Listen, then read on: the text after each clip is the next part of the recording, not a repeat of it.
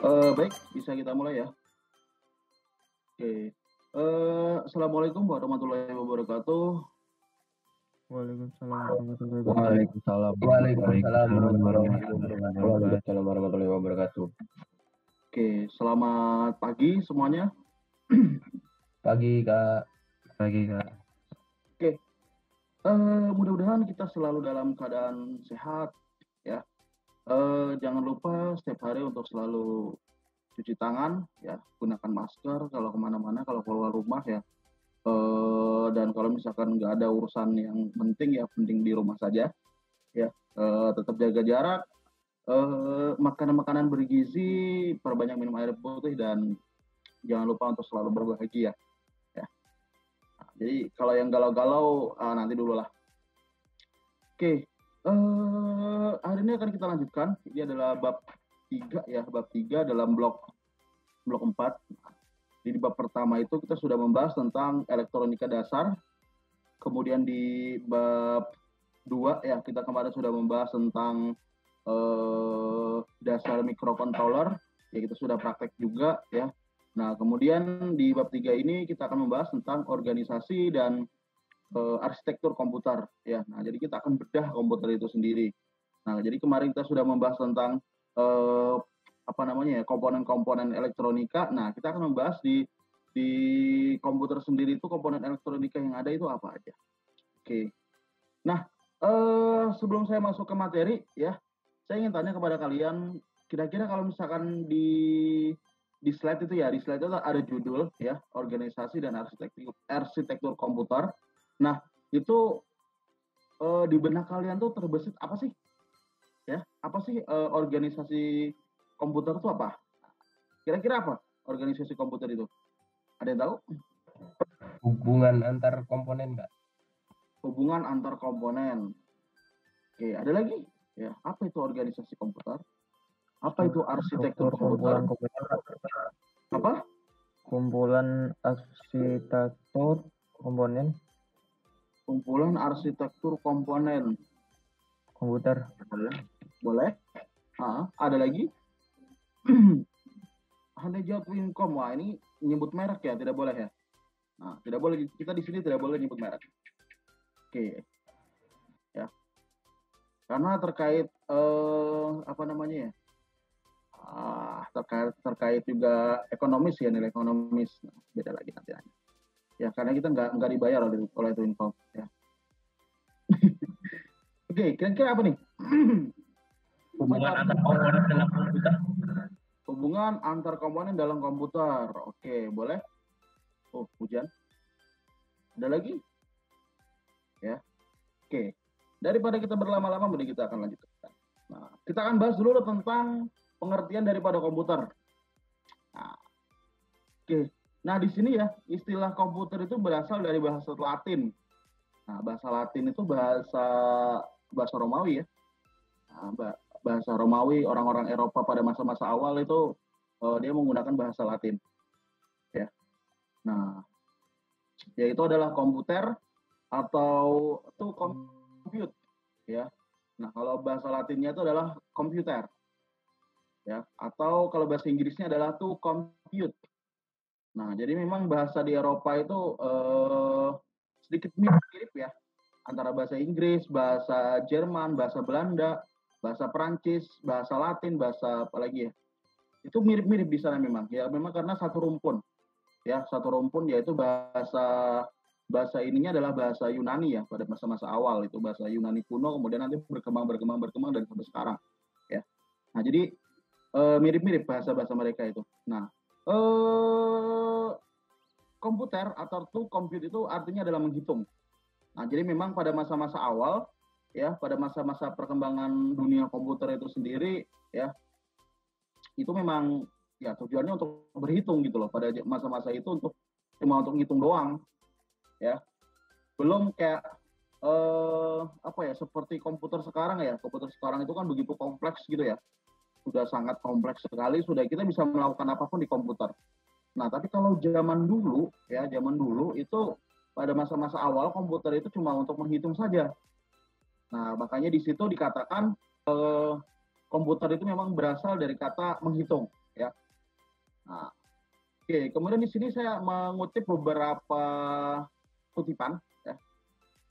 Nah, di sini yang pertama Wikipedia. Nah, menurut Wikipedia ya, komputer itu alat yang dipakai untuk mengolah data.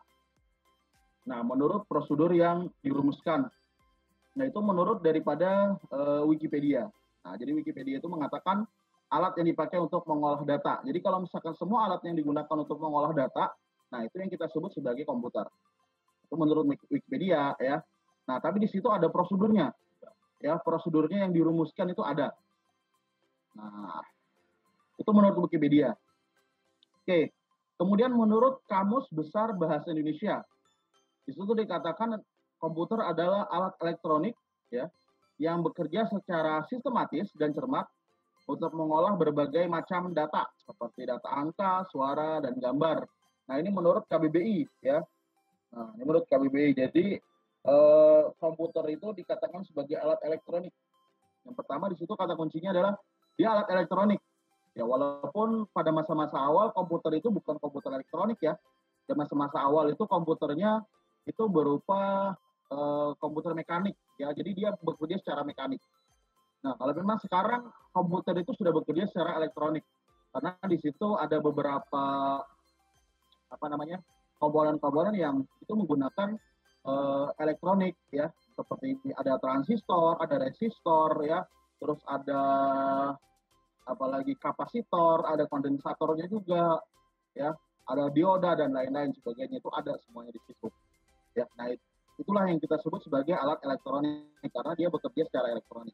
Nah, di situ dikatakan lagi dia bekerja secara sistematis dan cermat.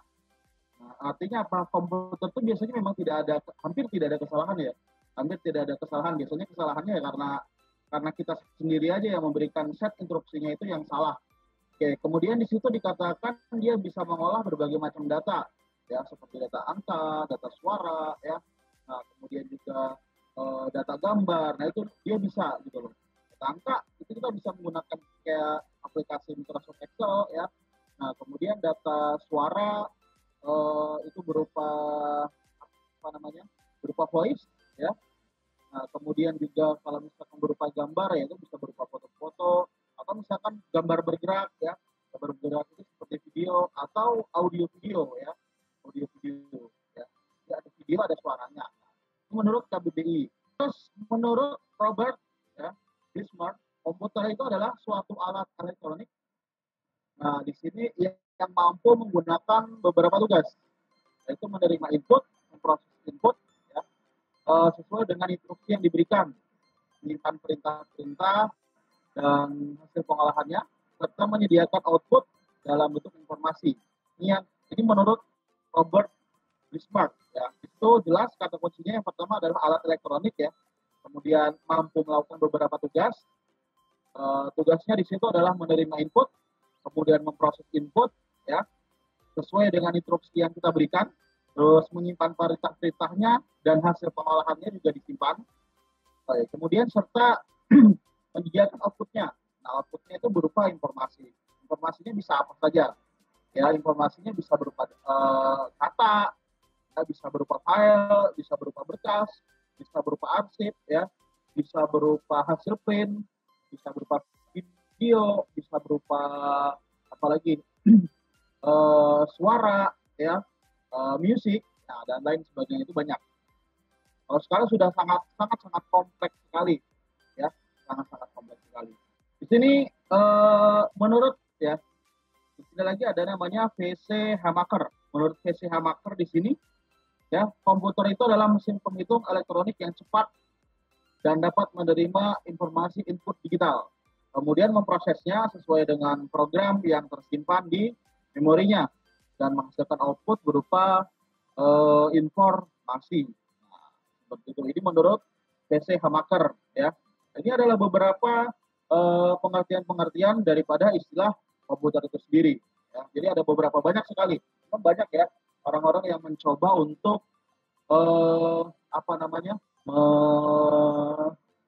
mendefinisikan daripada komputer itu sendiri. Ya, memang komputer itu sendiri sudah sangat luas sekali cakupannya, definisinya juga sudah sangat luas sekali, berbeda dengan komputer ketika pertama kali diciptakan. Nah, di mana komputer pertama kali diciptakan itu dia hanya untuk menghitung saja. Nah, dia hanya digunakan untuk menghitung saja. Beda dengan sekarang. Sekarang sudah sangat kompleks sekali ya. Bahkan kita sudah bisa melakukan apapun dengan adanya komputer. Nah, perkembangannya juga sudah sangat pesat sekali ya. Berbeda dengan zaman dahulu. Zaman dulu mah susah. Oke. Nah, ini pengertian daripada komputer di sini menurut para ahli ya. Menurut para ahli. Nah, ya. Dari definisi di atas dapat kita simpulkan ya bahwa komputer itu yang pertama dia adalah mesin. Yang pertama dia adalah mesin atau alat elektronik Oke, baik ya. Ada sedikit teknis. Oke. Yang pertama dia tadi adalah dia sebagai mesin, kemudian ya atau alat elektronik. Komputer itu dia berupa mesin. Jadi ya kenapa disebut mesin ya karena mesin itu adalah satu kesatuan dan dia bisa bekerja secara sistematis. Nah, kemudian dia juga sebagai alat elektronik. Alat elektronik itu seperti yang kita katakan kemarin, ya, ciri-ciri alat elektronik itu adalah dia menggunakan voltase yang rendah.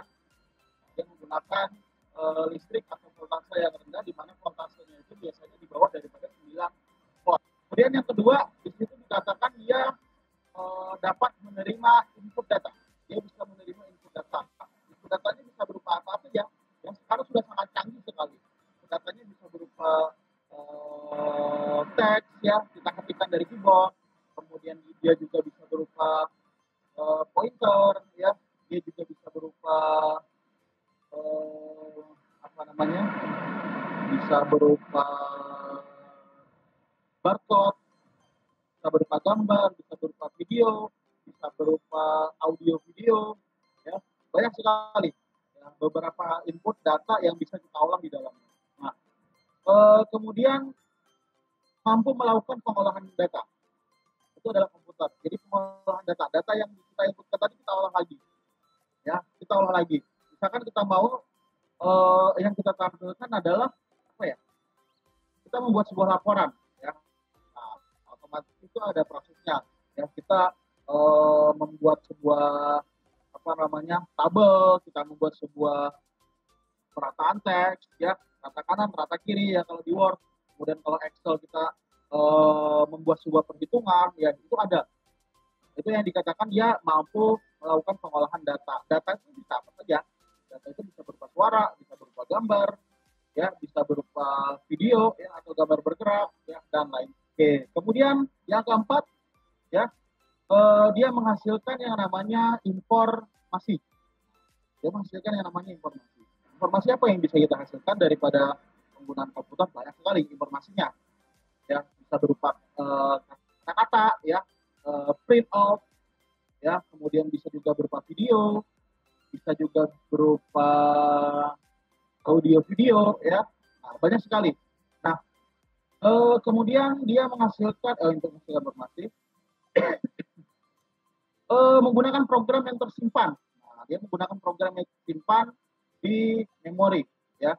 Nah, dia bisa menggunakan program yang tersimpan di memori untuk mengolah datanya. Jadi data itu bisa kita simpan, kemudian bisa kita ambil lagi datanya. Nah, itu komputer tuh. Ya.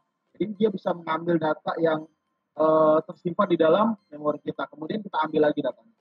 Terus dapat menyimpan program. Nah, tadi, ya, dapat menyimpan program, kemudian hasil pengolahannya juga bisa kita simpan. Nah, sekarang ya sudah sangat canggih sekali, ya, penyimpanan sebuah program. Ya, kita sedikit sudah membahas di KJD, ya, memori itu. Jadi memori itu terbagi dua, ya. Nah, memori itu ada memori eksternal, ada internal, ya. Kalau eksternal itu dari luar, ya, ada flash disk, ada hard disk eksternal, ya, ada CD, ya, ada apa lagi, magnetic tape, ya. Nah, kemudian yang internal ada hard disk, ya, ada RAM, ada ROM, ya. Sekarang sudah sangat canggih sekali. Ya, bahkan kalau misalkan RAM itu orang sudah bisa membuat RAM yang sangat besar, ya. Nah, membuat RAM yang sangat besar. Kemarin kalau nggak salah saya ada coba browsing. RAM yang besar itu 128 GB. Nah, itu bayangkan kecepatannya gimana tuh, RAM 128 GB ya. Nah itu mungkin nggak tahu nanti kecepatannya seperti apa, saya belum pernah coba ya. Kemudian kayak hard disk ya, hard disk itu kemarin saya coba cari-cari, ternyata ada yang 10 tera.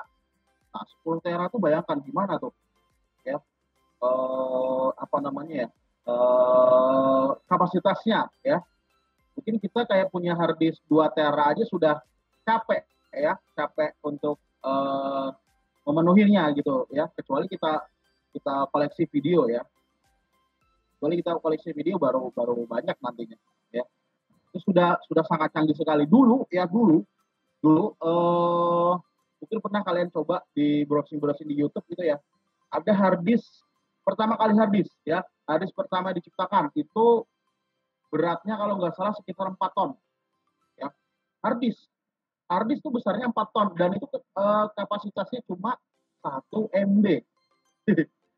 Ya, bayangkan hard disk 4 ton ya, 4 ton itu setara dengan berapa sapi ya. Itu ya sangat berat lah ya, sangat berat. Ya mungkin kalau dipikul satu orang ya sangat berat lah. Ya 4 ton. Itu kapasitasnya cuma 1 MB. Ya 1 MB sekarang buat apa gitu ya kan? Ya, foto aja rata-rata sudah 9 MB ya. Bahkan ada yang 32 MB satu foto. Satu foto saya itu nggak cukup tuh. Ya. Oke. Nah, jadi kalau sekarang itu sudah sangat canggih sekali. Dan terakhir ya, dia bekerja secara otomatis. Jadi sudah bekerja secara otomatis. Jadi apa namanya ya? Nggak perlu lagi kita ngitung manual lagi. Ya, kita ngitung misalkan 1 miliar dikali 2 miliar, 6 miliar ya, dikali 10 triliun ya, itu mungkin kita akan susah ngitungnya. Tapi kalau komputer cepat, dalam hitungan detik itu sudah bisa.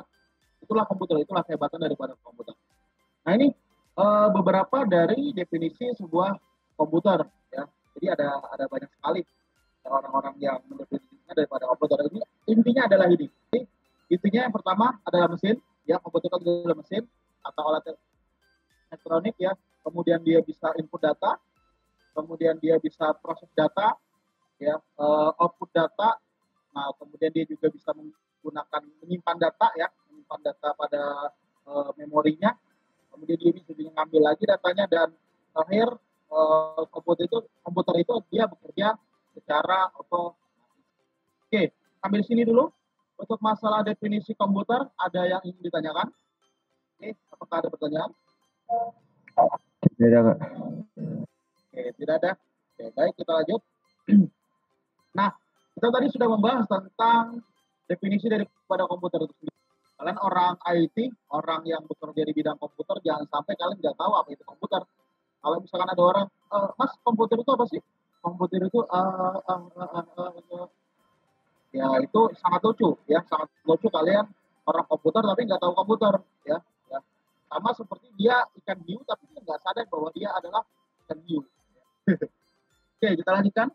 Organisasi komputer ya. Organisasi komputer adalah bagian yang terikat erat ya, dengan unit operasional dan interkoneksi antar komponen penyusun sistem komputer dalam merealisasikan aspek arsitekturalnya. Adalah organisasi komputer. Jadi apa ya? Sistem komputer itu kayak bagian-bagian yang saling terhubung, ya, yang saling terhubung menjadi satu, ya. Itu adalah sistem komputer. Jadi ada beberapa bagian di situ, ya, ada beberapa bagian dan itu terhubung menjadi satu. Jadi kalau misalkan salah satunya nggak ada, itu ada sesuatu yang hilang, ya. Sama seperti sendal ya, sama seperti sendal. Sendal itu dia satu kesatuan sistem. Ya, sandal kiri dan sandal kanan ya, itu satu kesatuan sistem.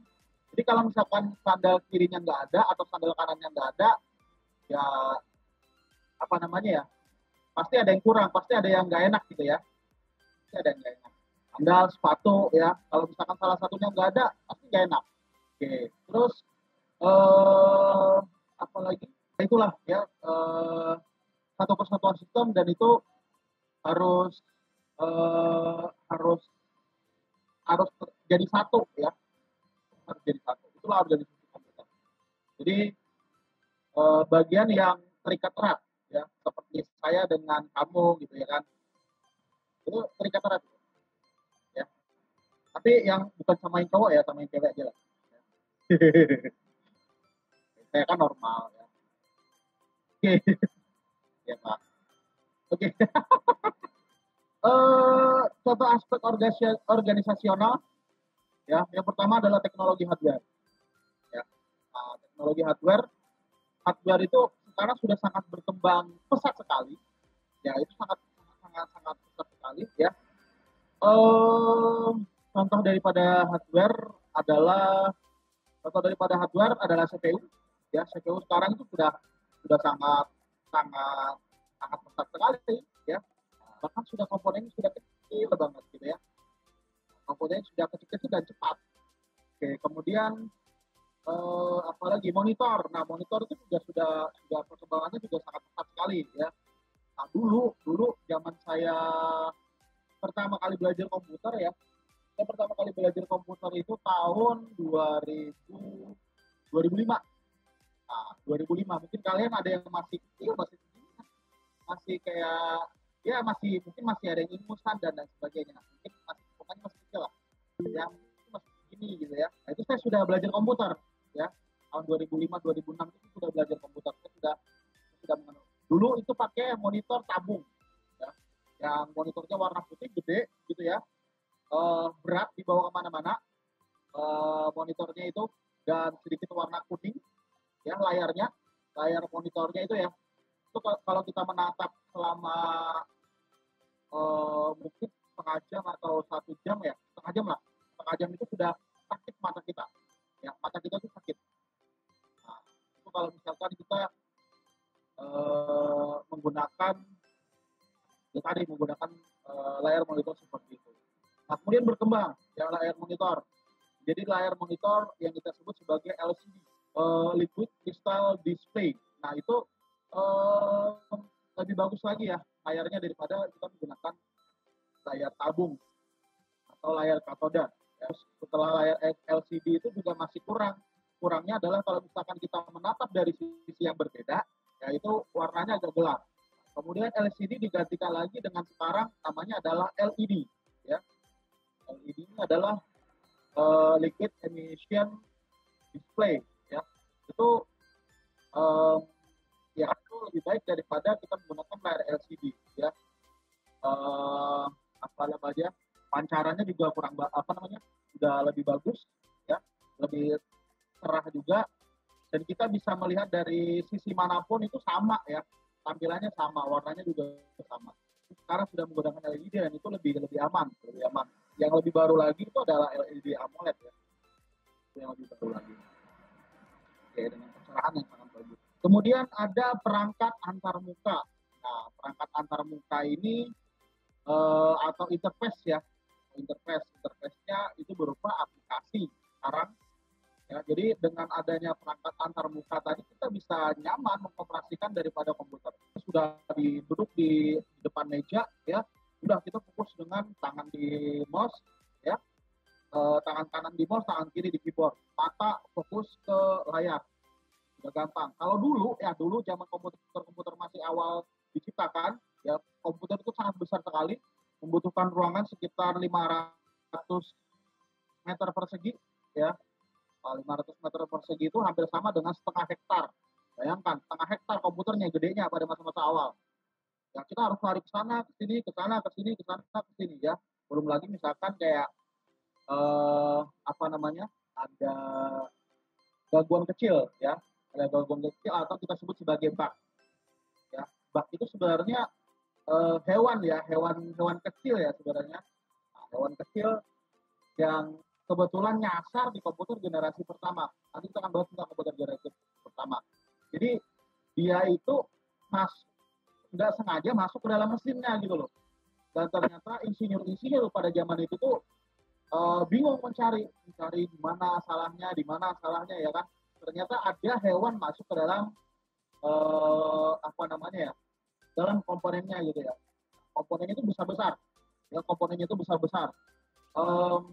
Pokoknya ya gedenya setengah hektar lah ya, 500 meter persegi, bayangkan tuh 500 meter persegi itu gimana, luasnya maksudnya, ya, luasnya. Itu ada hewan satu kecil gitu masuk. Nah, itu sampai sekarang kita sebut sebagai bug. Maka sampai di komputer modern juga itu masih menggunakan namanya istilahnya bug, ya, BUG. Ya. Terus teknologi memori. Ya. Nah, teknologi memorinya itu juga sudah sangat bagus sekali ya, sangat bagus sekali, sudah sangat maju sekali ya. Nah, jadi kalau komputer-komputer zaman dulu itu mereka masih memakai kayak cylinder memory ya, kemudian magnetic disk, kemudian apalagi ya magnetic tape ya.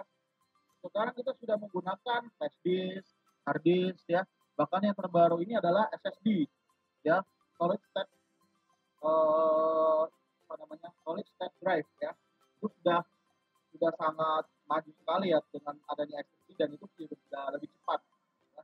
Dimana kalau misalkan kita menggunakan hard disk ya, kalau misalkan kita menggunakan hard disk itu ketika kita booting ya, menyalakan laptop itu ya, sampai tampilan Windows sampai masuk ke login ya, login Windows-nya itu tadi sampai masuk ke desktop gitu ya. Nah, itu bisa sampai 1 menit, bahkan bisa sampai menjadi 2 menit. Tapi kalau misalkan kita menggunakan SSD itu cuma butuh waktu sekitar 20 detik sampai 30 detik saja. Itulah saya kenapa beralih ke SSD. Harganya juga sudah mulai terjangkau ya, SSD itu ya. Sudah mulai bagus, sudah mulai murah ya. Jadi SSD itu sudah dapat dengan harga Rp250.000 itu sudah dapat SSD. Ya. Rp250.000 itu sudah dapat SSD dengan kapasitas 120 GB. Itu cukup lah untuk C-nya saja. Bayangkan dulu ya. Bayangkan dulu hard disk pertama kali itu besarnya adalah 4 ton. Ya. Besarnya 4 ton dan kapasitasnya itu cuma 1 MB. Tapi memang kebutuhan pada zaman itu ya berbeda dengan sekarang ya. Karena zaman dulu itu mereka menyimpan kayak kata-kata doang gitu loh. Kayak menyimpan kata-kata, hasil perhitungan ya. Pada masa-masa komputer awal itu ya cuma itu aja gitu loh. Nggak seperti sekarang. Nah, sekarang itu kan sudah sangat kompleks sekali ya data-data yang disimpan. Kalau dulu nggak sekompleks itu gitu ya. Nah, kemudian sinyal-sinyal kontrol. Nah, sinyal-sinyal kontrol itu ya instruksi-instruksi tadi ya, instruksi-instruksi yang kita berikan ke komputer tadi melalui perangkat antarmuka ya. Nah, perangkat antarmuka itu ya tadi kayak mouse ya, monitor, keyboard ya, itu adalah perangkat-perangkat antarmuka dan itu nanti menghasilkan namanya sinyal-sinyal kontrol. Nah, itu nanti yang akan dieksekusi ya oleh alat memproses daripada CPU. Nah, ini adalah organisasi komputer. Oke, kita masuk ke komponen komputer ya. Komponen komputer. Yang pertama di sini ada namanya hardware ya. Ada namanya hardware. Hardware itu adalah perangkat keras atau piranti keras elektronika. Nah, dia berupa alat elektronik atau berupa mesin elektronik yang melakukan proses digitalisasi ya. Nah, di situ adalah hardware. Bahasa lainnya hardware itu adalah suatu perangkat yang bisa disentuh dan bisa dilihat. Ya, itu hardware. Jadi dia bisa dilihat, bisa disentuh. Nah, itu namanya hardware. Ya. Misalkan saya bisa menyentuh Wahyu ya, nah, Wahyu itu hardware. Karena dia bisa dilihat, bisa disentuh. Kemudian ada lagi yang kedua namanya adalah software. Nah, software ini dia berfungsi sebagai perangkat lunak. Ya. Nah, dia berfungsi sebagai perangkat lunak untuk mengatur dan memanajemen daripada hardware itu sendiri. Ya, itu adalah software. Jadi, kalau software itu bahasa gampang kita adalah suatu hal yang bisa dilihat dan tidak bisa diraba. Ya, itu adalah software.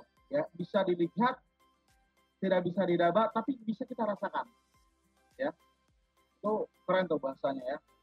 Suatu hal yang bisa dilihat, tidak bisa diraba, dan bisa kita rasakan. Itu adalah software. Sama kayak perasaan cewek ya, perasaan cewek itu kan nggak bisa kita nggak bisa kita pegang ya. Nah, kita juga cuma bisa merasakan dan melihatnya saja. Jadi cewek itu ya kayak komputer sama lah ya, ribetnya juga sama gitu ya kan gitu ya. Tapi cowok-cowok juga cari cewek ya, kecuali cowok yang nggak normal. Oke, itu adalah software. Nah, Yang ketiga adalah brainware. Ya, brainware ini dia berperan dalam memberikan dan mengendalikan setiap input output dari hardware melalui software yang terpasang. Jadi dia mengendalikan hardware melalui software. Jadi brainware ini ya orangnya gitu loh, ya. Orangnya itu adalah brainware. Orang yang menjalankan komputer itu adalah brainware dan itu satu kesatuan, ya.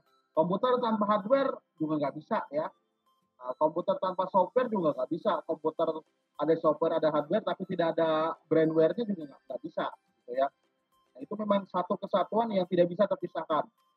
Ya, sama kayak tadi ya, sandal kanan dan sandal kiri tadi ya, itu tidak bisa terpisahkan gitu ya. Sama dengan saya dengan kalian. Gitu ya.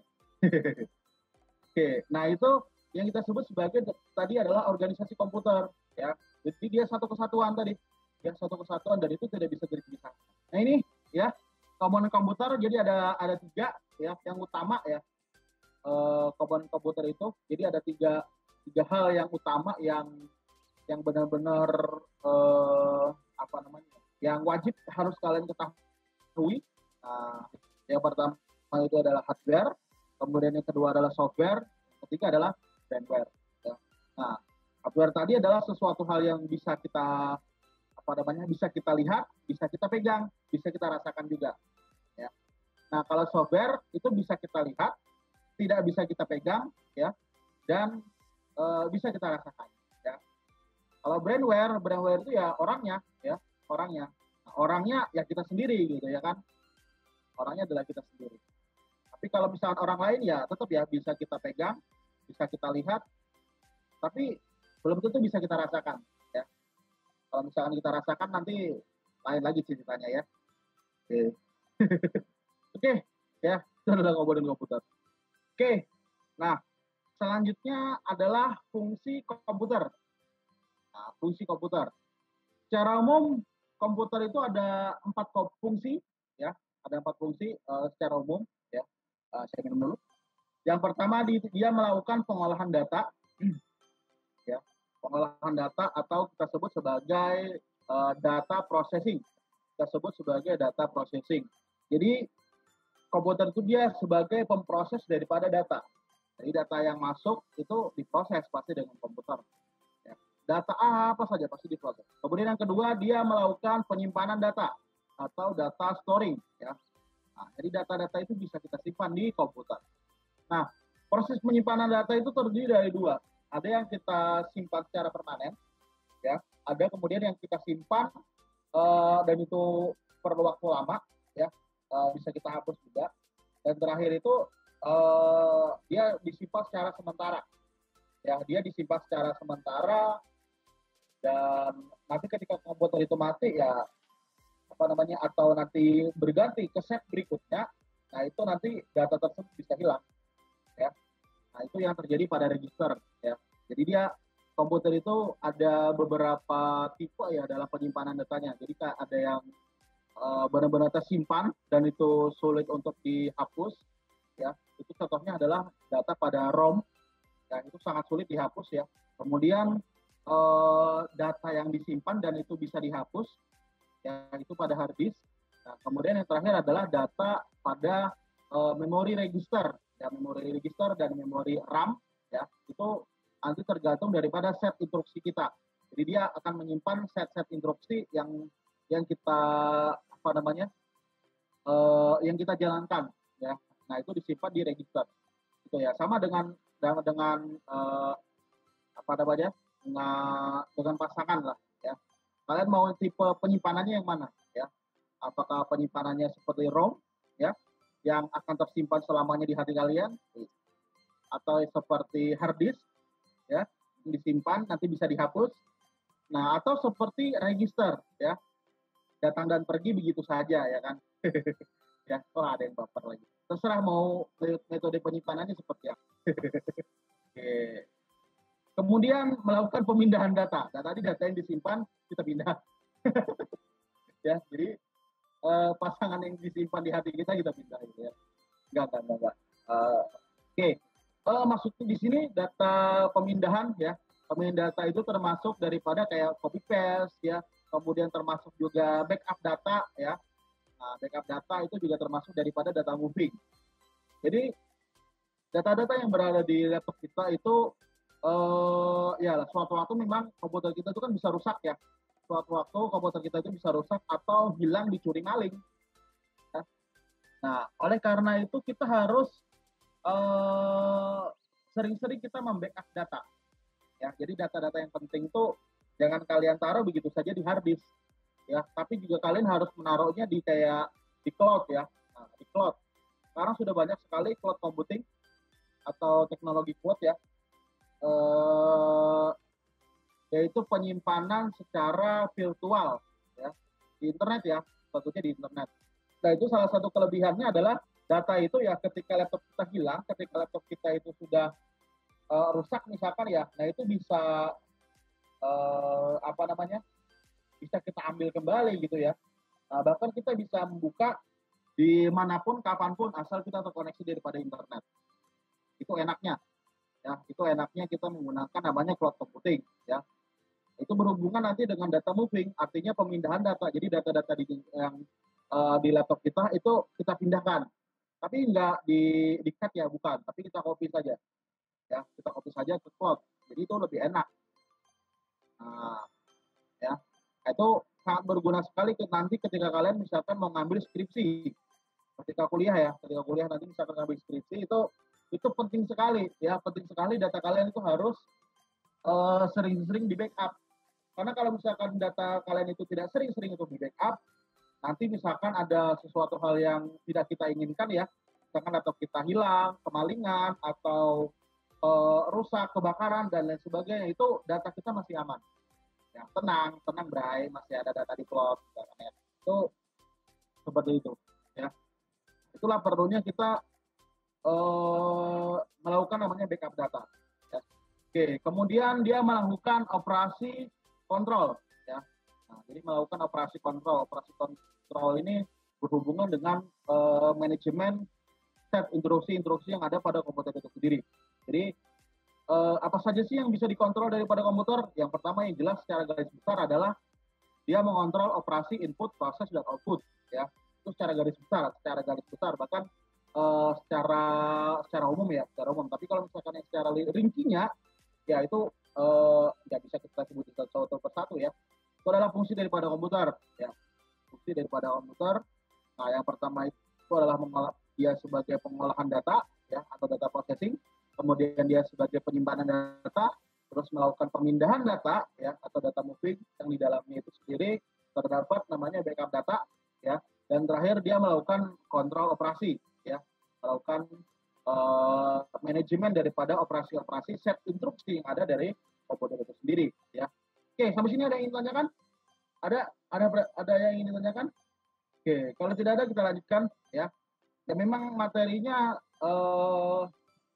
ya banyak teori, kita kan banyak teori di sini ya, nggak apa-apa lah ya, banyak teori ya, karena prakteknya sudah kemarin ya, dan ternyata 1 minggu ini kita akan sulit mengadakan praktek lagi ya, karena saya harus persiapan daripada untuk pembuatan soal ya, karena insya Allah nanti tanggal 30 Desember tanggal 30 November ya, itu kalian nanti akan ujian blok. Nah, kalian nanti akan ujian blok ya sampai hari Rabu ya kalau nggak salah, kalau nggak hari Kamis ya. Nanti kalian harus setelah ujian blok 4 ya, kalian nanti akan langsung ke ujian penilaian akhir semester ya, untuk yang non blok. Jadi persiapan. Kalian juga persiapan, saya juga harus persiapan. Karena saya harus menyiapkan servernya, saya menyiapkan soalnya ya, saya harus menyiapkan ya, itu saya juga harus mempersiapkan. Oke. Kita lanjutkan ya. Kita masih ada setengah jam ya. Lumayan 1 jam setengah bersama saya. Oke. Ini adalah skema dasar daripada sistem komputer. Nah, ini adalah skema dasar. Oke, tadi kita sudah menjelaskan tentang hardware. Hardware itu ada tadi.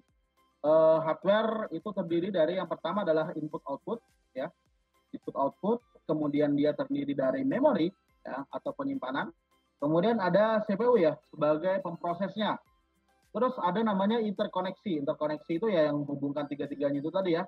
Input output, memori, CPU ya itu dihubungkan dengan set yang kita sebut sebagai interkoneksi. Hardware itu terdiri dari 3.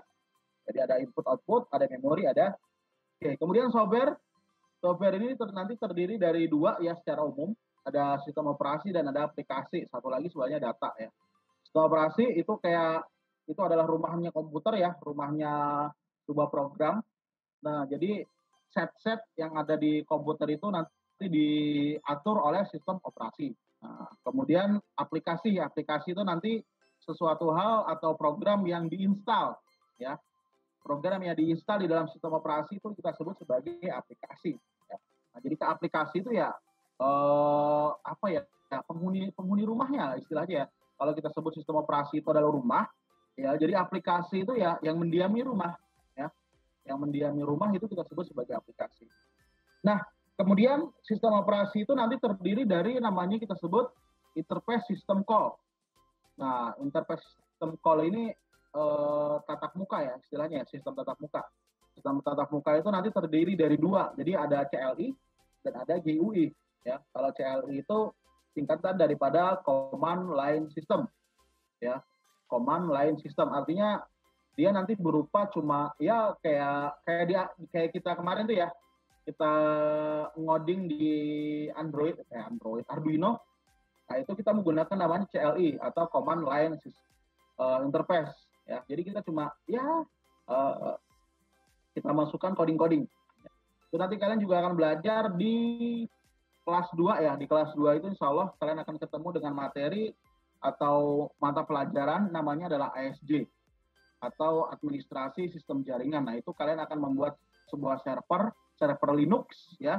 Dan itu kalian harus menggunakan namanya CLI atau command line interface ya. Jadi nanti kalian akan seperti ngoding ya. Seperti ngoding. Tapi itu keren ya. Wah, tapi itu keren seperti kayak hacker-hacker itu ya. Jadi kayak layarnya hitam putih, hitam aja ya. Layarnya hitam ya. Kemudian nanti tulisannya warna putih gitu ya.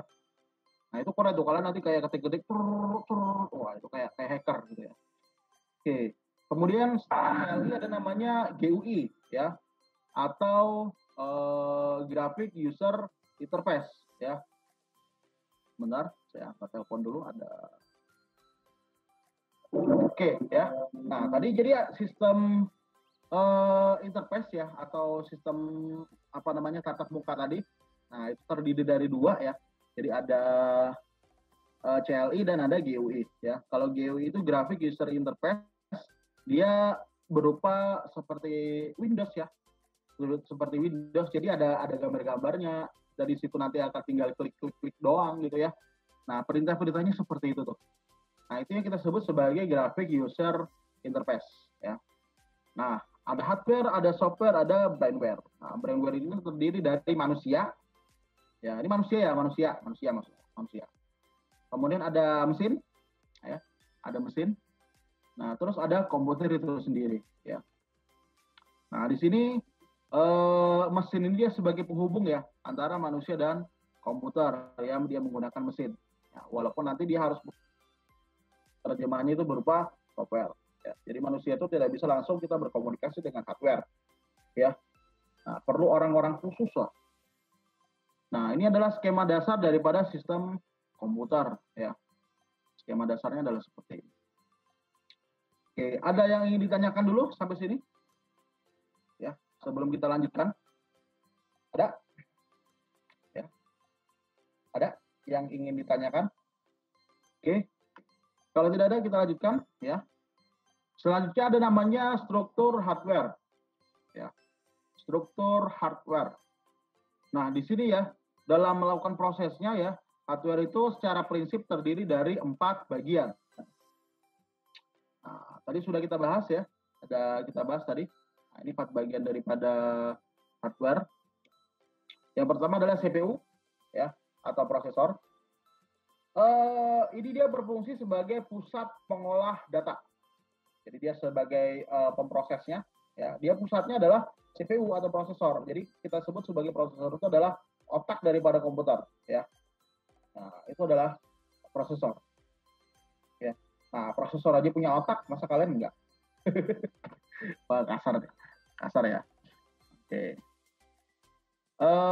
Kemudian memori ya. Nah, memori. dia berfungsinya melakukan penyimpanan data. Ya.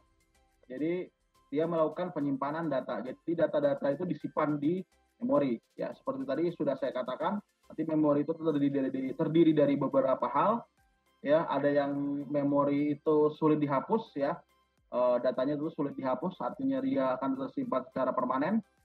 Kemudian itu ada memori yang datanya itu bisa kita hapus, ya. Kemudian ada namanya memori register, ya. Register itu dia menyimpan set-set instruksi, ya, yang kita lakukan, yang kita berikan ke komputer, dan itu secara sementara. Setelah set instruksi itu tersebut dikerjakan, ya, oleh prosesor, maka set instruksi tersebut akan dihapus secara otomatis, ya. Nah, jadi kayak gitu doang tuh, kayak ada nanti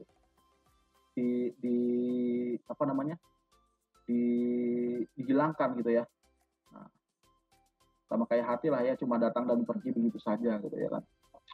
Oke, yang ketiga namanya I/O device, ya, atau kita sebut sebagai input output, ya, input output device. Nah, itu berfungsi untuk menjembatani proses input dan output, ya. Nah, dia fungsinya untuk menjembatani. Sekarang sudah banyak sekali, ya, beberapa alat-alat input dan termasuk daripada alat output juga, ya. Nah, kemarin di KJD, ya, di KJD itu kita sudah membahas tentang alat-alat input, ya. Alat input itu apa saja, ya? Ada mouse, ada keyboard, ada touchpad, ya. Ada apa lagi? Ada touchpad sudah tadi ya. Ada trackball, ya, ada joystick, ya, ada barcode reader, ya, ada apa lagi ya? Banyak lah, ya. Ini itu adalah alat input, ya. Kemudian ada alat output, ya. Alat output itu kayak layar monitor, printer, plotter, apa lagi? Speaker, ya. Nah, itu termasuk daripada alat output, ya, untuk menghasilkan informasi. Nah, kemudian ada namanya sistem interconnection. Ini adalah proses komunikasi data antara CPU, memori, dan I/O device, ya.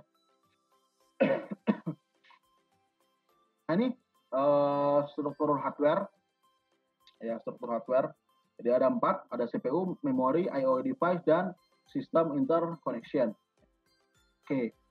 Kemudian ada lagi namanya struktur CPU. Nah, tadi ya CPU, ya, CPU tadi termasuk daripada prosesor itu sendiri, itu kita pecah lagi, ya, kita pecah lagi. Nah, jadi CPU itu ada 3, ya. Ada namanya ALU, ya, Arithmetic and Logic Unit. Nah, ini adalah unit, ya. Unit fungsinya dia melakukan perhitungan matematika dan logika. Nah, itu adalah ALU. Jadi kayak melakukan perhitungan kayak matematika gitu ya, penjumlahan, yang matematika dasar, penjumlahan, terus pengurangan, perkalian, pembagian, ya. Nah, itu dilakukan oleh ALU. Dia juga bisa melakukan proses daripada logika, ya. Logika itu seperti kayak boolean, ya. Seperti misalkan kayak on off, ya atau tidak, ya. Nah, terus benar salah. Nah, atau ya dan lain-lain, ya, operasi-operasi logika-logika lain. Ya, di Siskom di matematika awal, ya, kita sudah membahas tentang logika matematika, ya. Nah, ada true false, ya. Nah, terus ada apa lagi? 1 dan 0, ya.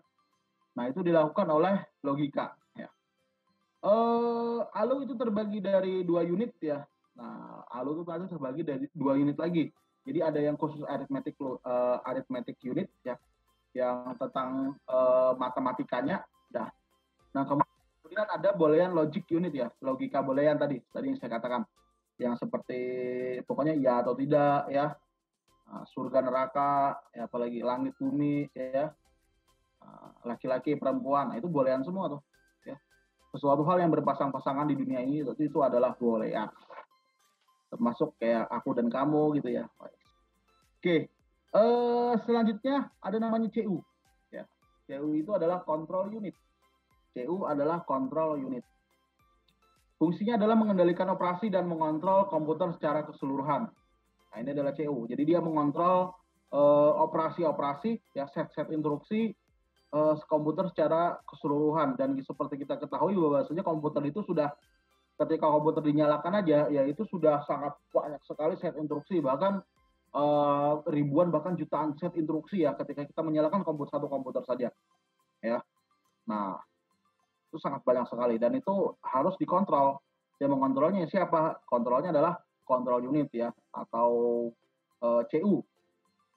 Nah, kemudian ada lagi yang terakhir namanya adalah register. Nah, ini adalah sebagai tempat penyimpanan sementara untuk perintah ya, atau set-set instruksi. Nah, itu tadi. Jadi kayak perintah itu tadi dimasukkan disimpan dulu sementara di register. Ya, ketika nanti sudah dilaksanakan ya udah dihapus gitu doang. Ya, jadi kayak memori yang cuma datang dan pergi saja gitu loh, tanpa memiliki gitu kan. Register nih. Ya. Ya ibaratkan kayak kamu lah gitu ya, datang dan pergi begitu saja di hati saya gitu kan. Asik.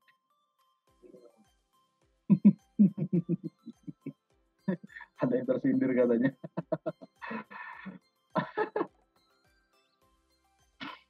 Oke. Nah, data dan hasil dari proses atau beragam operasi yang terjadi ya di mikroprosesor. Jadi selain perintah ya, itu ada juga data dan hasil dari proses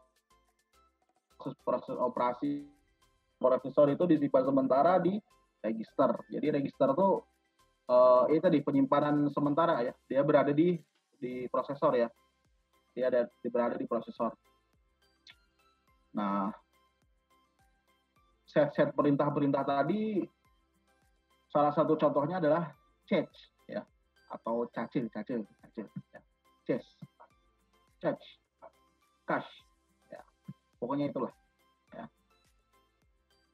Nah, jadi kayak cache itu isinya adalah set-set instruksi. Nah, jadi ketika nanti kita akan menginstruksi yang sama ya, kita akan melakukan instruksi yang sama itu nggak perlu kayak apa namanya membuat kembali gitu loh ya. Nah, itu kita nggak perlu membuat kembali. Sama ketika kita bikin kue lah istilahnya ya, kita bikin kue donat lah. Nah, bikin kue donat itu kita nggak perlu lagi misalkan bikin adonan ya. Nah, kita nggak perlu lagi bikin adonannya nanti sudah ada, kita tinggal goreng doang ya. Nah, kayak gitu tuh seperti fungsi daripada cache tadi ya. Jadi ketika kita memberikan instruksi ya, melakukan atau memberikan instruksi yang sama, misalkan kita pengen donat tadi, kita nggak perlu bikin lagi ya, nggak perlu bikin lagi. Jadi tinggal goreng selesai, goreng selesai ya. Nanti ketika komputer dimatikan ya sudah habis tadi datanya ya. Atau misalkan komputernya sudah selesai dilaksanakan ya sudah habis ya. Dan sebenarnya semakin lama semakin banyak nanti cache di komputer kita. Kalau bisa secara berkala itu kalian hapus, kadang nanti akan berat ya, semakin berat. Apalagi kalau misalkan nggak dihapus ya cache-nya itu tadi. Nah, ini yang kita sebut sebagai struktur daripada CPU. Nah, ini ya. Nah, ini bagannya atau gambarnya ya. Nah, di sini ada komputer. Di sini ada komputer, ada peripheral, ini ada hardware-nya, kemudian di sini ada command line-nya atau kita memberikan set instruksinya ya. Kemudian nanti dia di sini terdiri dari ada main memory ya, memori utama, ada I/O, ada CPU. Ini yang seperti tadi yang kita bahas. Kemudian ada sistem bus itu sama dengan sistem interkoneksi, dia mengkoneksikan tiga ini ya menjadi satu kesatuan. Nah, kemudian CPU nanti ada namanya control unit tadi ya, sudah kita bahas, ALU, register ya, dan internal system bus ini untuk mengkoneksikan tiga ini tadi. Nah, jadi seperti ini ya. Nanti ALU terbagi dua lagi nih. Ada yang arithmetic dan ada yang khusus logika ya, atau logik.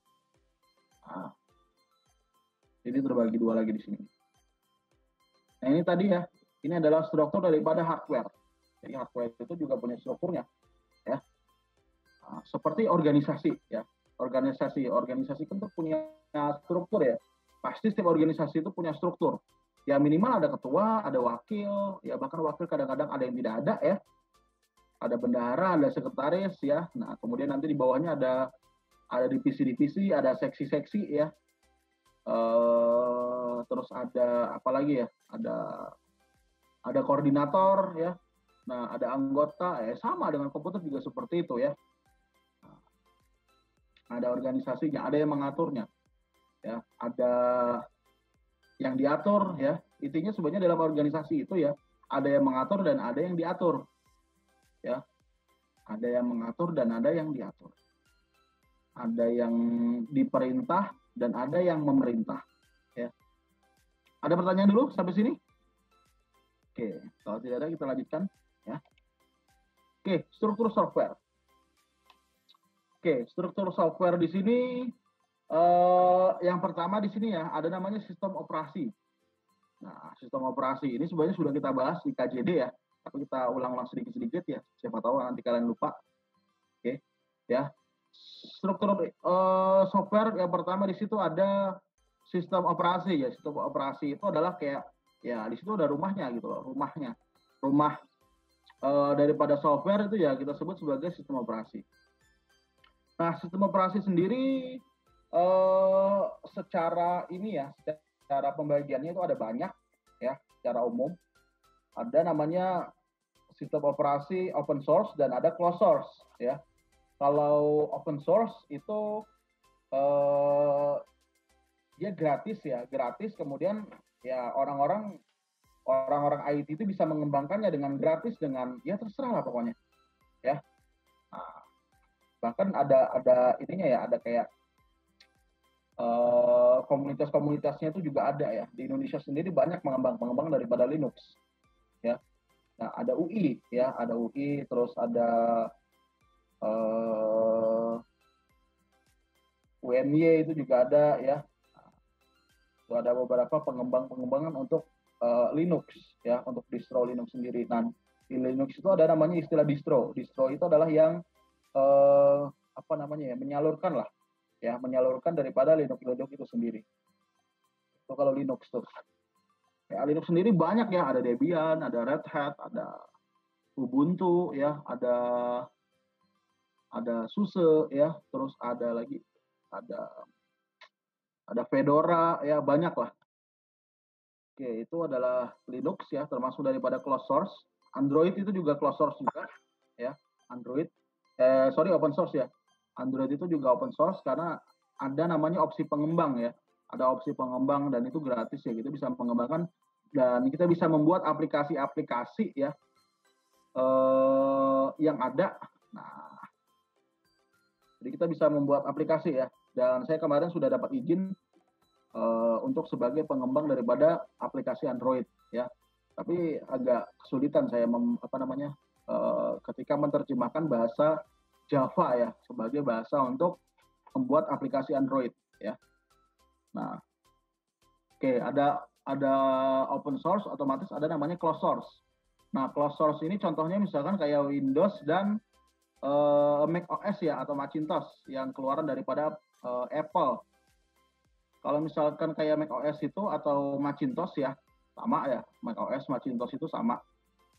Nah, itu memang didesain khusus dari mereka gitu ya. Bahkan beberapa peralatan-peralatan di dalamnya ya, komponen-komponen di dalamnya itu juga dari mereka gitu ya.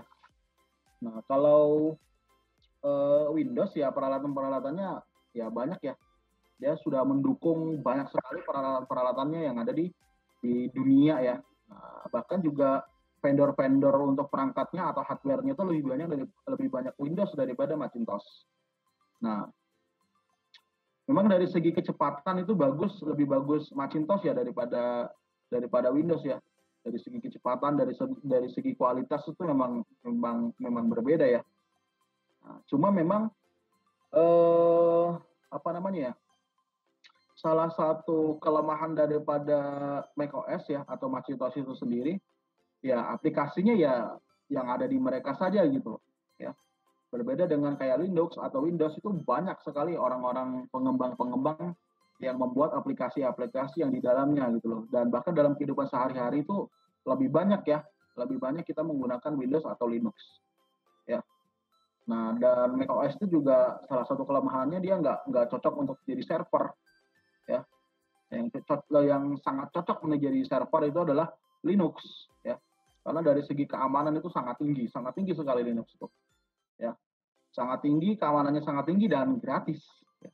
Kalau Windows ya lumayan tinggi dan itu bayar. Ya, tapi kalau Linux itu gratis. Terus sistem operasi itu nanti juga terbagi jadi dua ya. Ada sistem operasi berbasis desktop dan ada berbasis jaringan, ya. Sistem operasi jaringan. Kalau sistem operasi berbasis desktop ya udah kita untuk komputer desktop ya, komputer klien lah istilahnya. Ya ada Windows, ya Linux juga ada untuk kliennya ya, macOS itu juga ada. Nah kemudian nanti ada lagi namanya sistem operasi yang digunakan untuk server ya, untuk jaringan. Ada dua vendor sebenarnya yang paling terkenal ya, ada Windows dan ada Linux. Nah kalau Windows itu contohnya adalah Windows 2000 server, Windows 2003 server, Windows 2006 server, Windows 2012 server, Windows 2016 server, ya. Dan kalau nggak salah yang terbaru ini adalah Windows 2019 server. Ya. Jadi lu sempat belajar Windows 2003 server, itu sudah sangat jauh sekali ya. Sekarang sudah Windows 2019 server, ya. Oke, nah itu adalah Windows ya untuk sistem operasi jaringannya. Kemudian kalau Linux itu banyak ya, banyak sekali kalau di Linux ya, ada Debian. Nah, Debian aja sekarang sudah pakai Debian 10.4 kalau tidak salah ya, yang terbaru ya. Yang terbaru itu 10.4. Kalau Ubuntu ya, Ubuntu itu ada 20.11 kalau nggak salah sekarang itu ya, yang terbaru ya. Versinya adalah 20.11. Nah, itu adalah Ubuntu. Ya memang paling banyak dipakai adalah Ubuntu dan Debian. Nah, nanti kalau misalkan kalian di ASJ itu nanti akan belajar Debian ya. Akan belajar Debian. Tapi coding ya, coding Debian dengan coding atau script daripada Ubuntu itu nggak jauh beda ya. Sama ya, hampir mirip lah, karena memang satu distro ya. Satu distro. Oke, nah itu adalah sistem operasi ya. Nah, kemudian ada lagi namanya utility program atau program bantu. Nah, ini program ini biasanya dia dirancang untuk membantu kita dalam mengatasi berbagai permasalahan yang ada di komputer kita. Contohnya misalkan kayak antivirus ya. Antivirus itu termasuk daripada utility program.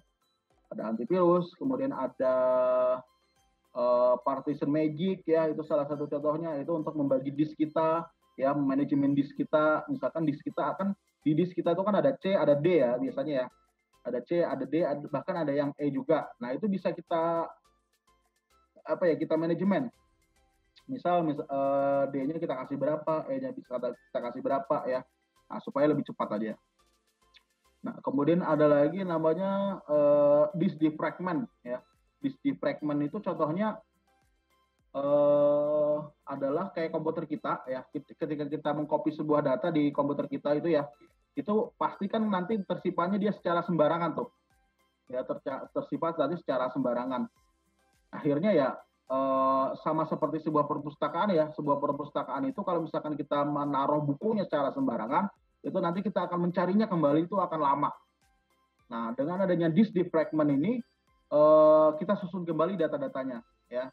Nah, kita susun lagi data-datanya sehingga ketika kita mencari datanya itu tadi itu lebih mudah dan lebih cepat ya.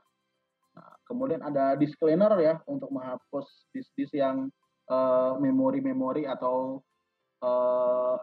cache tadi yang sudah tidak terpakai lagi ya. Banyak ya program-program bantu itu tadi. Terus ada bahasa program. Nah, bahasa program itu adalah bahasa ya untuk komunikasi kita dengan si komputer itu tadi. Nah, kemarin kita sudah membahas tentang bahasa program. Bahasa program itu ada dua ya, ada bahasa tingkat rendah dan bahasa tingkat tinggi ya. Nah, bahasa tingkat rendah itu contohnya adalah bahasa mesin dan bahasa rakitan ya atau bahasa assembly. Nah, kalau bahasa tingkat tinggi itu ada bahasa C, bahasa Pascal, COBOL, ALCOL, BASIC, PHP, ya, HTML, ya, Python, JavaScript, Java, ya. Nah, itu banyak sekali untuk bahasa-bahasa tingkat tinggi yang seperti sekarang ini. Terus ada lagi namanya program aplikasi ya, atau kita sebut sebagai program paket. Nah, ini program yang sudah jadi dan kita tinggal menjalankan saja. Nah, program aplikasi ini contohnya kayak Microsoft Word, Microsoft Excel, ya, Microsoft PowerPoint, ya, AutoCAD, apalagi dan lain-lain, ya. Itu adalah program aplikasi. Terakhir adalah database atau datanya tadi. Nah, database ini adalah data yang terstruktur, ya. Nah, apa jadinya sistem operasi itu kalau misalkan nggak ada data, ya pasti nggak bisa ya. Nah, harus ada data yang diolah, ya. Nah, harus ada objeknya ya. Objeknya adalah berupa data atau kita sebut sebagai database, ya. Jadi kayak ya nggak mungkin seorang petani itu tidak menanam tanaman ya, berarti bukan petani namanya. Sama dengan software ya, software itu atau komputer ya, komputer tanpa data itu ya seperti saya tanpa kamu gitu ya. Oke, ya mungkin itu saja untuk hari ini. Ada pertanyaan dulu sampai di sini? Oke, sebelum kita akhiri ya, mungkin saya minta untuk kalian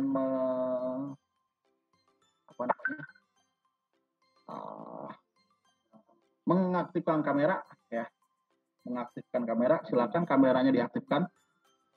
Oke, minta tolong kameranya diaktifkan. Saya sedang di pantai ya. Ini pantai mana nih? Pantai Takisung ya.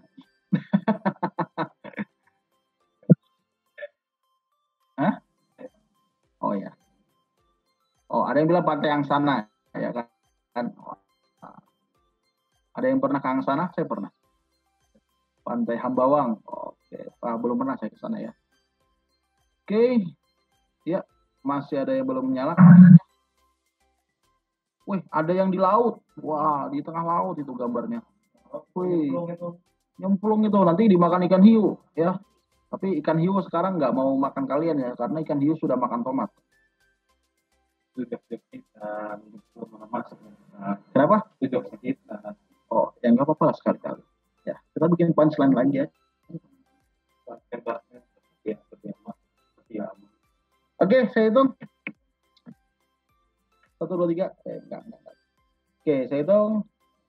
1, 2. Oke, lagi. Ya. Saya hitung 1, 2, 3. Oke, baik. Terima kasih atas waktunya ya. Mudah-mudahan apa yang kita pelajari hari ini bermanfaat. Ya, kurang lebihnya saya mohon maaf. Saya kira assalamualaikum warahmatullahi wabarakatuh. Waalaikumsalam. warahmatullahi wabarakatuh.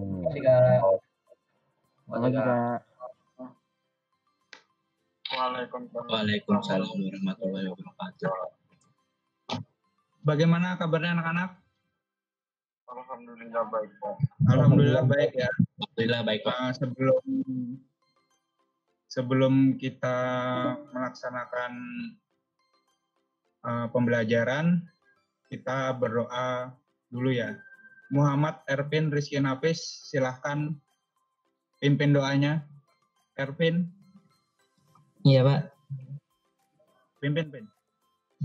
Berdoa menurut agama masing-masing. Berdoa mulai. Berdoa selesai. Ya, terima kasih Ervin atas pimpinan doanya. Di layar kalian kelihatan nggak presentasi Bapak? Kelihatan, Pak. Hari ini kita akan melanjutkan materi tentang teks negosiasi yang kita bahas pada pertemuan yang telah lalu. Hari ini kita akan membahas jenis-jenis teks negosiasi. Nah, jadi di dalam sebuah teks negosiasi ini ada jenis-jenisnya ya. Jadi tidak hanya teksnya itu berupa yang seperti Bapak berikan kemarin, contohnya, melainkan ada lagi beberapa jenis-jenis teks negosiasi. Ini nanti kita belajarnya ini ada 3 poin penting dalam jenis-jenis teks negosiasi ini. Negosiasi masih ada yang ingat apa itu teks negosiasi? Masih Pak, ingat Pak. Apa teks negosiasi itu? Menurut Ulun atau menurut yang Bapak presentasikan? Menurut kamu aja deh, supaya lebih enak. Menurut Ulun, teks negosiasi itu teks yang bertujuan untuk menjaga kesepakatan dan saling menguntungkan. Teks untuk mencapai kesepakatan untuk mendapatkan Dan saling keuntungan. menguntungkan, Pak. Paling menguntungkan. Menguntungkannya kedua belah pihak atau satu pihak saja? Kedua belah pihak, Pak. Tidak ada yang dirugikan. Kedua belah pihak. Tidak ada yang dirugikan ya. Jadi istilahnya itu kedua belah pihak itu sama-sama untung ya. Tapi di dalam jenis teks negosiasi ini kadang-kadang ada juga salah satu pihak yang dirugikan. Namun kita tuh secara umumnya, secara garis besarnya itu kita belajar yang untuk mencapai keuntungan bersama ya. Jadi dipahami nanti ketika kalian misalkan ada sesuatu hal untuk mencapai kesepakatan itu tidak merugikan kedua belah pihak atau satu pihak. Untungnya untuk kedua pihak yang sedang bernegosiasi. Nah, kita masuk ke pengantarnya dulu. Teks negosiasi, kelihatan nggak slide-nya? Kelihatan, Pak. Ya, jadi teks negosiasi ini terbagi menjadi beberapa jenis. Penggunaannya, teks negosiasi ini tergantung dari situasi dari penggunaannya. Sebagaimana tujuan teks negosiasi untuk mencapai kesepakatan antara kedua belah pihak, maka teks negosiasi harus sesuai dengan situasi, jumlah, dan untung rugi yang ada. Jadi kalau kita bernegosiasi ini tidak harus, kita harus mencapai kesepakatan ya antara kedua belah pihak. Jadi kita harus tahu situasinya, kita sedang di mana, kemudian jumlahnya ketika bernegosiasi itu ada berapa banyak pihak, kemudian ada untung ruginya dari negosiasi yang kita lakukan. Nah, hari ini kita akan belajar ketiganya. Yang pertama itu situasi, jumlah, dan untung rugi yang ada. Jadi tidak hanya teks negosiasi ini untuk mencapai kesepakatan bersama, tapi kita harus melihat dari kondisi yang ada. Sampai sini ada yang ingin ditanyakan tentang negosiasi? Ada yang ditanyakan tentang negosiasi? Atau masih ada yang belum paham tentang negosiasi? Tidak ada, Pak. Ada ya, berarti kita lanjut ke slide selanjutnya. Kelihatan nggak? Nah, di sini ada negosiasi berdasarkan situasi. Nah, jadi situasi ini kan artinya kan kita dalam bernegosiasi itu kita harus tahu situasinya. Nah, misalkan situasinya ini sedang di mana? Nah, jadi di situasi ini, berdasarkan situasi ini ada dua. Yang pertama tuh negosiasi non formal atau informal dan negosiasi formal. Nah, kalau yang non formal itu apa arti dari non formal itu? Non formal, negosiasi non formal. Ada yang tahu? Secara lainnya tidak kaku, Pak. Tidak baku atau lebih tepatnya tidak resmi ya. Jadi non formal itu atau informal itu adalah tidak resmi. Sedangkan yang formal itu adalah resmi. Jadi kita harus bisa membedakan secara situasinya. Kan biasanya kita dalam bernegosiasi itu kan kondisi dan tempatnya itu kan berbeda kan. Misalkan ada di tempat A ini situasinya adalah non formal, artinya tidak resmi. Sedangkan di tempat B ini dia situasinya formal, alias misalkan ada pertemuan besar. Nah, seperti itu. Nah, kita bahas yang ke non formal dulu. Negosiasi seperti ini dapat dan sering kita temui kapan saja, di mana saja, dan dengan siapapun. Contohnya negosiasi antara pedagang dan pembeli. Negosiasi semacam ini tidak memerlukan perjanjian hukum khusus. Nah, jadi kalau yang non formal ini artinya kita hanya mengandalkan bahasa verbal, alias tidak ada secara tertulis. Nah, misalkan kita pergi ke pasar, kita ingin membeli misalkan sayur atau ikan. Nah, otomatis kan kita itu bernegosiasi dengan penjualnya. Kita sebagai pembeli itu harus bisa menawar dari harga yang diberikan oleh si pedagang. Itu wajar dalam negosiasi, ada tawar-menawar. Dan kemudian ada kesepakatan harga. Nah, jadi kalau yang non formal ini biasanya ranahnya itu tidak resmi seperti kita belanja ke pasar, kita beli sesuatu di toko, kemudian negosiasinya itu seperti misalkan kita bertemu dengan apa ya? Istilahnya itu relasi, tapi dalam konteks yang hanya bernegosiasi, misalkan pertemuan rapat kecil-kecilan lah, tidak rapat resmi yang memerlukan bukti secara hukum. Atau biasanya kita kalau di marketplace itu atau di jual beli online itu dia seperti OLX itu kan ada yang namanya COD. Nah, COD itu kan kita melihat barangnya dulu, kemudian kita negosiasi masalah harganya. Misalkan barangnya ini masih bagus atau misalkan barangnya ini sudah ada cacat fisik. Nah, kita bisa bernegosiasi pada saat pertemuan itu. Nah, misalkan kita ingin membeli HP, melakukan kegiatan COD. Nah, otomatis kita tuh bernegosiasi dulu. Ini tingkat kemulusannya berapa, kemudian baterainya masih bagus atau tidak, kemudian ini HP-nya resmi atau tidak resmi, nah seperti itu.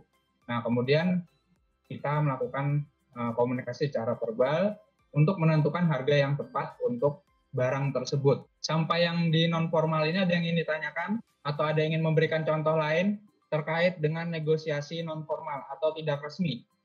Halo, ada yang ingin ditanyakan? Kalau tanyanya langsung di suara aja, tidak usah di chat. Ada yang ingin ditanyakan? Wahyu, ada yang ingin ditanyakan?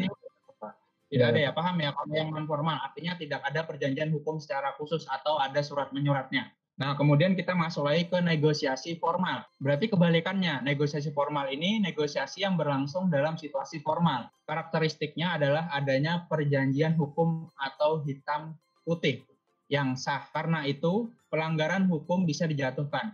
Contohnya negosiasi antara dua pihak dalam sebuah perusahaan. Misalkan kantor A dengan kantor B itu melakukan suatu negosiasi tentang pembelian barang. Nah, kemudian ini sistemnya pasti menggunakan sebuah surat. Harus ada medianya. Nah, medianya itu berupa surat. Artinya, surat tersebut itu sebagai kekuatan hukum. Misalkan, ketika kita membeli barang, misalnya kita kantor A nih, ingin membeli barang ke kantor B. Kita memberikan surat pengajuan dulu, berupa barang apa yang ingin kita beli. Kemudian di dalam surat tersebut, misalkan diterima oleh kantor B, kemudian diproses. Kami ada barangnya ini sekian-sekian, kemudian nanti disetujui kan untuk membeli barang tersebut, tapi memberikan suatu persyaratan. Misalkan ketika barang itu tidak bisa dipakai, maka kantor A boleh mengklaim barang tersebut untuk diganti. Nah, di situ pasti sudah ada tanda tangan materai. Artinya kekuatan hukumnya itu kuat.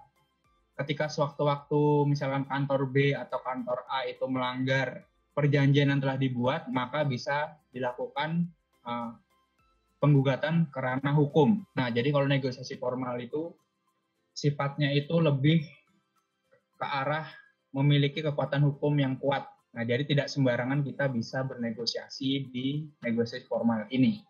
Harus ada perjanjian dulu antara kedua belah pihak.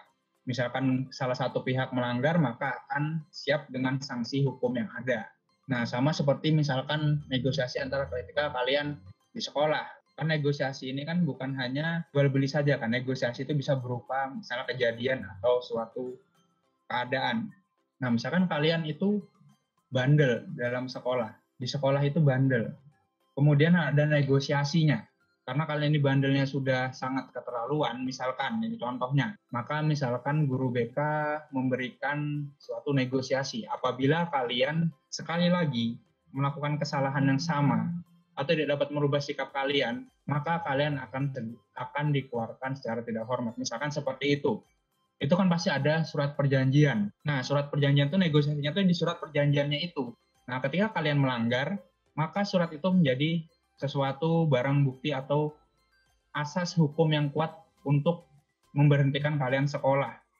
Nah, makanya negosiasi ini, yang formal ini lebih berbahaya ketimbang yang non-formal, karena ada badan hukumnya. Sampai di sini ada yang ingin ditanyakan tentang negosiasi berdasarkan situasi? Ada yang ingin ditanyakan?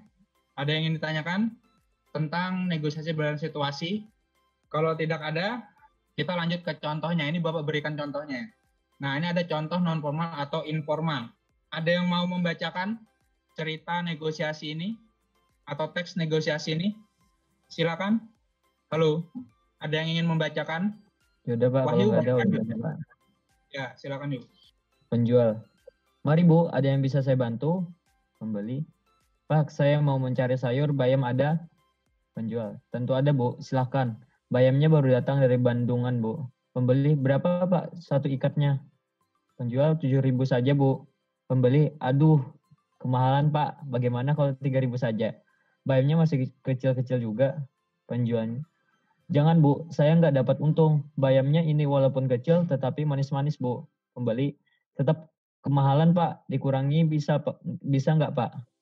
Penjual 6.000 Bu. Bagaimana? Pembeli, masih kemahalan Pak. Saya biasanya beli hanya 3.500. Penjualan, jangan Bu. Bayam ini beda dari biasanya. Lebih hijau dan masih segar juga. Pembeli, ya sudah kalau begitu 5.000. Bagaimana Pak?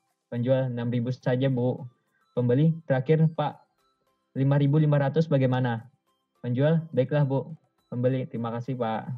Nah, jadi terima kasih Wahyu sudah membacakan ya. Tadi kita lihat ini contoh dari non formal. Artinya di sini ada negosiasi secara non formal ya. Artinya di sini tidak ada hitam di atas putih, hanya sekedar komunikasi secara lisan. Nah, di sini kan ada dia itu ingin membeli sayur. Kemudian si penjual itu memberikan harga sekian. Kemudian dilakukan penawaran harga oleh si pembeli. Harganya itu setengah dari harga jualnya.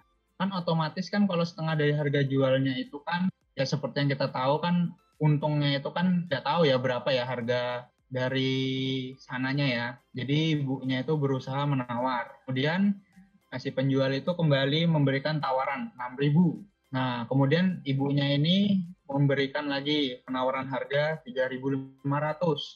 Itu kan naik sedikit 500. Nah, akhirnya mereka deal di harga 5.500. Nah, berarti kan itu sudah ada kesepakatan antara penjual dan pembeli. Nanti untuk sistem yang strukturnya nanti kita bahas di pertemuan selanjutnya. Jadi untuk ini yang non formal itu seperti ini. Seperti yang kita lakukan di kehidupan kita sehari-hari. Jadi seperti ini negosiasi non formal. Sampai sini ada yang ingin tanyakan? Ada yang ingin ditanyakan? Jadi ini kegiatan yang kita lakukan sehari-hari. Nah, kalau tidak ada kita lanjut ke yang contoh formalnya. Nah, kalau contoh formal ini berupa surat. Nah, ini ada surat penawaran mesin fotokopi. Nah, kalau yang berbadan hukum itu biasanya seperti ini. Ada medianya yaitu surat. Jadi kalau kita memberikan penawaran itu, kalau yang formal seperti ini. Nanti baru lanjut ke yang arah non formalnya atau dicampur, itu bisa. Nanti misalkan dari pihak kantor A bertemu dengan pihak kantor B untuk merundingkan secara semi formal, alias ada yang negosiasi secara non formal, ada yang formal. Jadi dibagi. Tapi tetap ujung-ujungnya nanti contohnya adalah menggunakan yang formal sebagai medianya. Sampai yang berdasarkan situasi ada yang ingin ditanyakan tentang negosiasi secara berdasarkan situasi. Paham ya? Bisa membedakan ya. Jadi garis besarnya itu intinya kalau yang non formal itu menggunakan bahasa lisan. Sedangkan kalau yang formal itu ada medianya berupa surat atau bisa juga surat dan lisan. Nah, seperti itu. Kita misalkan yang formal ini datang ke kantor A menawarkan barang. Ini kami ada contoh barang, ini akan kami berikan suratnya. Ini bisa lihat barangnya seperti ini. Nah, itu yang namanya formal. Jadi bisa dicampur. Paham ya? Begitu kita lanjut. Nah, negosiasi berdasarkan jumlah negosiatornya, alias jumlah orang yang ada di dalam sebuah negosiasi itu. Yang pertama, negosiasi tanpa pihak penengah, alias tidak ada istilah gampangnya itu maklarnya. Nah, di sini ada maklarnya, yaitu negosiasi ini dipimpin dengan 2 negosiator atau lebih banyak lagi tanpa mediator. Keputusan negosiasi ini tergantung pada pihak yang bernegosiasi. Contohnya, negosiasi antara perwakilan OSIS dan sponsor. Nah, ini tidak ada pihak penengahnya ini. Jadi pihak OSIS langsung datang ke pihak sponsor. Nah, pasti kalau kayak gini ini dia sistemnya itu adalah non formal, kemudian ketika mengirimkan pengajuannya itu berbentuk formal. Jadinya ini dicampur karena ini kan badan hukum, bukan badan suatu lembaga. OSIS ini kan lembaga sekolahan kan.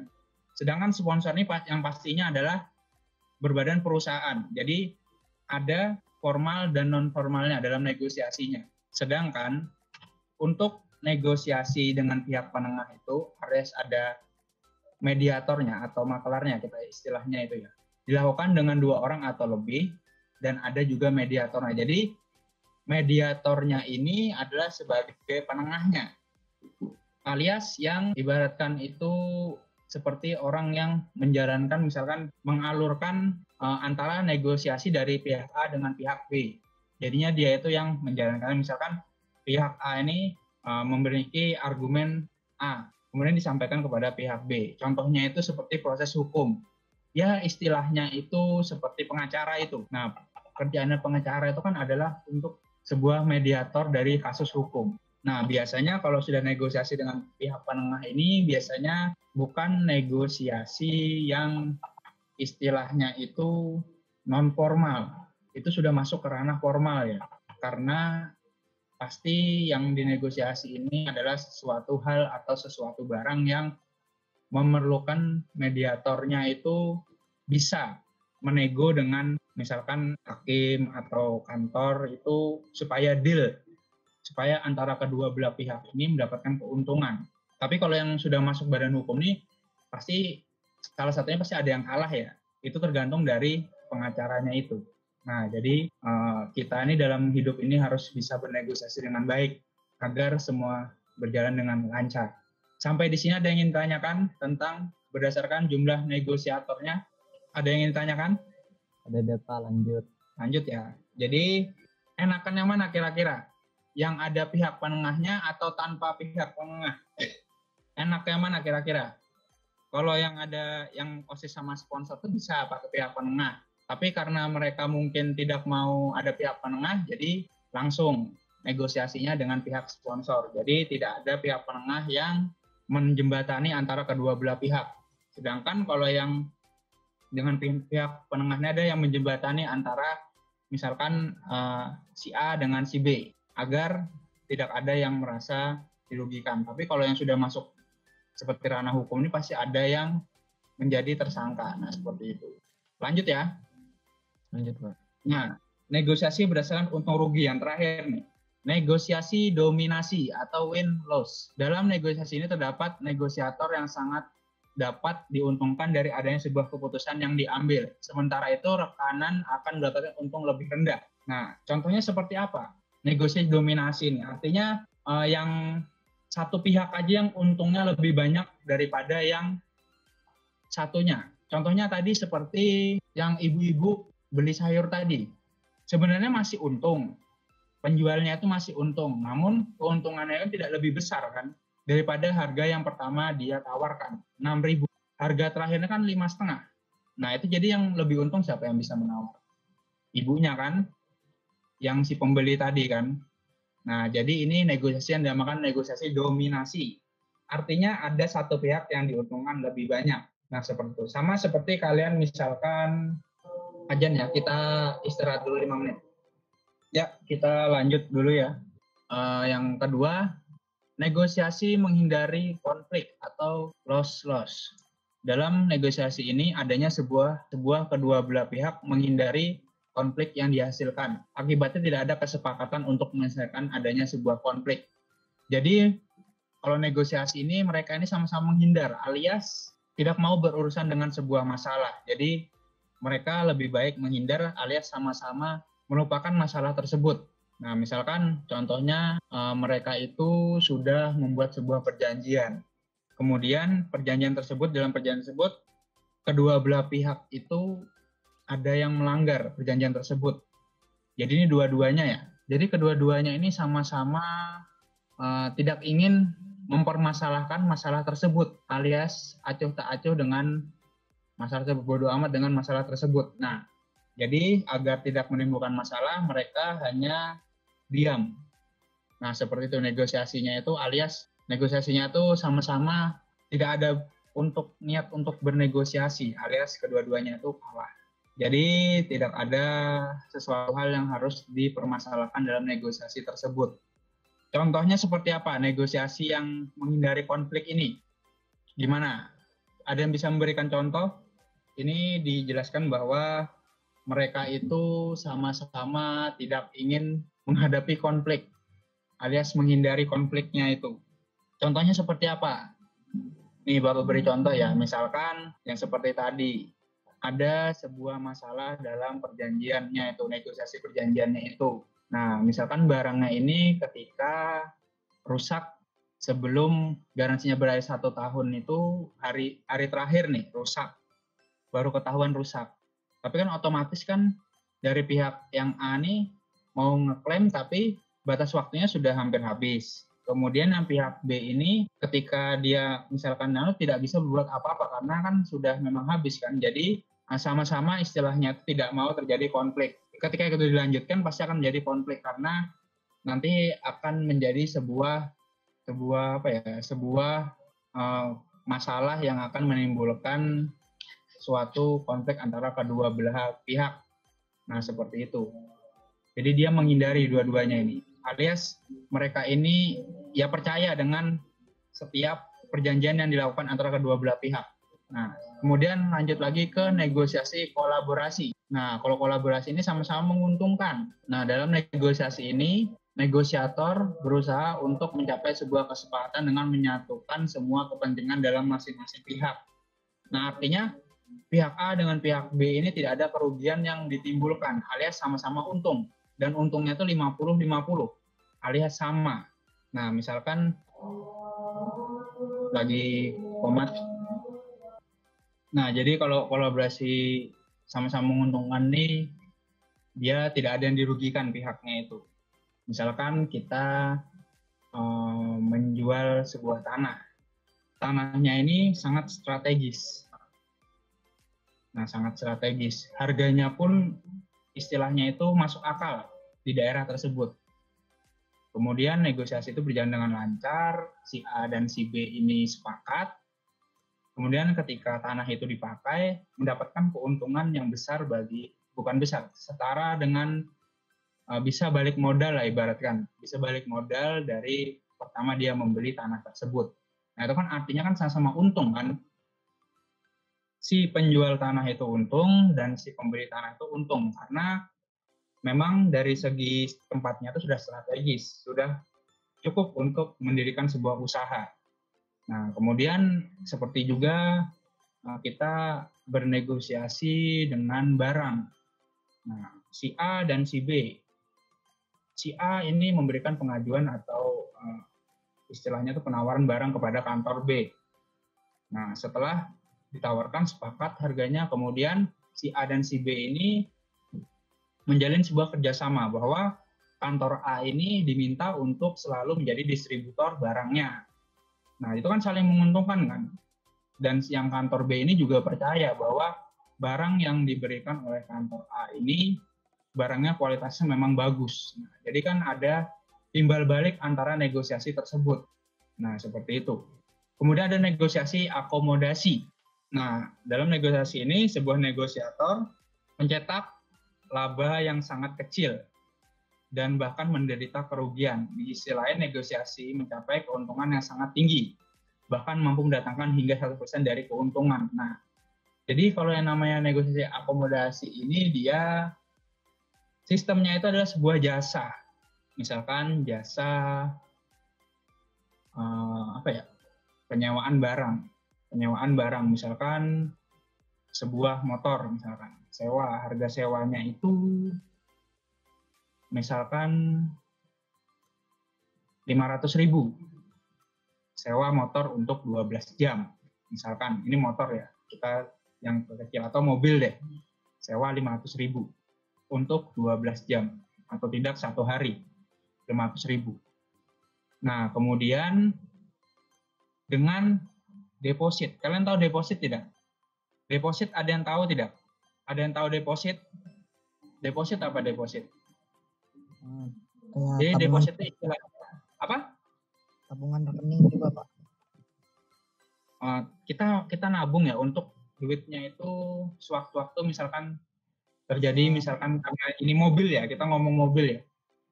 Nah, kalau mobil ini dia misalnya terjadi kerusakan. Nah, itu duit deposit itu yang diambil untuk sebagai ganti rugi. Nah, sudah nih ada deposit berarti totalnya 1 juta kita berikan kepada si penyewaan jasa mobil. Tapi nanti duit 500.000 itu pasti balik lagi. Nah, ketika dipakai, mobil tersebut mengalami kecelakaan. Nah, mengalami kecelakaan dan kerusakannya cukup parah.